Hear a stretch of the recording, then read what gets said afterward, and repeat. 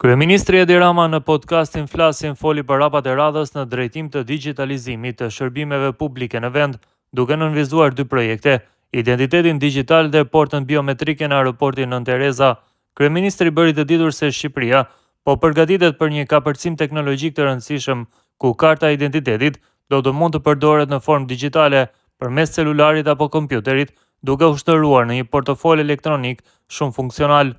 Ai theksoi se ky zhvillim është në përputhje me objektivat e Bashkimit Evropian, i cili ka vendosur në vitin 2027 si afatin për futjen e identitetit digital në jetën e përditshme të qytetarëve evropian, ndërkohë Shqipëria synon ta ketë gati këtë sistem në fillim të vitit 2026.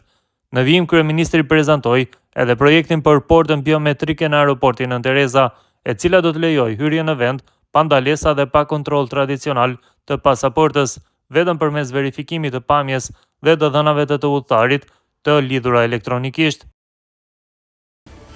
Jo një tjetër koncesion, por krijimin e një kompanie shtetërore për të prodhuar kartat e identitetit, më të mira dhe më të lira se sa të mëparshmet.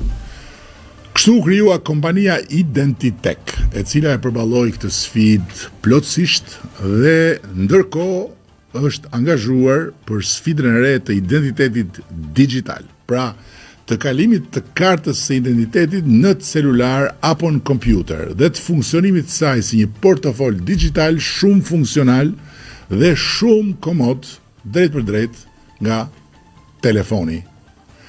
Edhe Bashkimi Evropian po ecën në këtë drejtim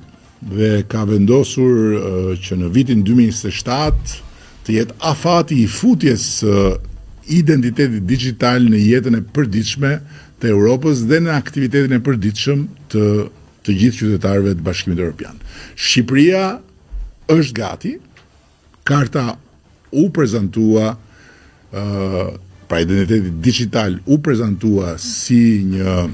produkt i kompanisë Identitek dhe testet e fundit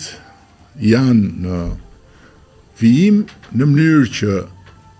çdo shqiptar të mund të pajiset me identitetin e vet digital në fillim, duke filluar nga viti 2026. Një tjetër inovacion i bukur që po përgatisim është hyrja në Shqipëri nga aeroporti Nën Tereza pa asnjë ndalesë dhe asnjë kontroll pasaporte, po përmes një porte digjitale, të cilës i mjafton vetëm pamja jote për të verifikuar identitetin tënd, duke e lidhur pamjen elektronikisht me biletën dhe me të dhënat e tua si një pasagjer. Kështu aeroporti Tiranës, tani më i mirënjohur si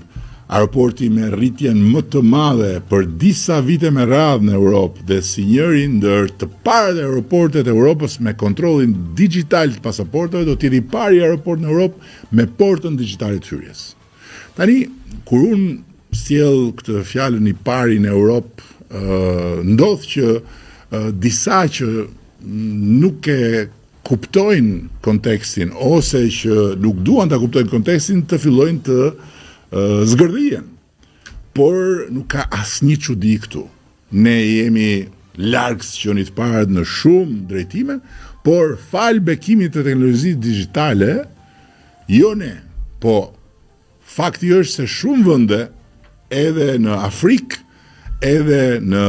të tjera zona të botës,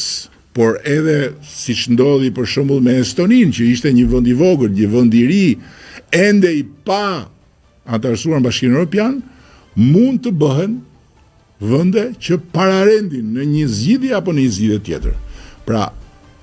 teknologjia i jep vendeve në zhvillim mundësinë të bëjnë kapërcime epokale që përndryshe do ishin të pamundura. Dhe ne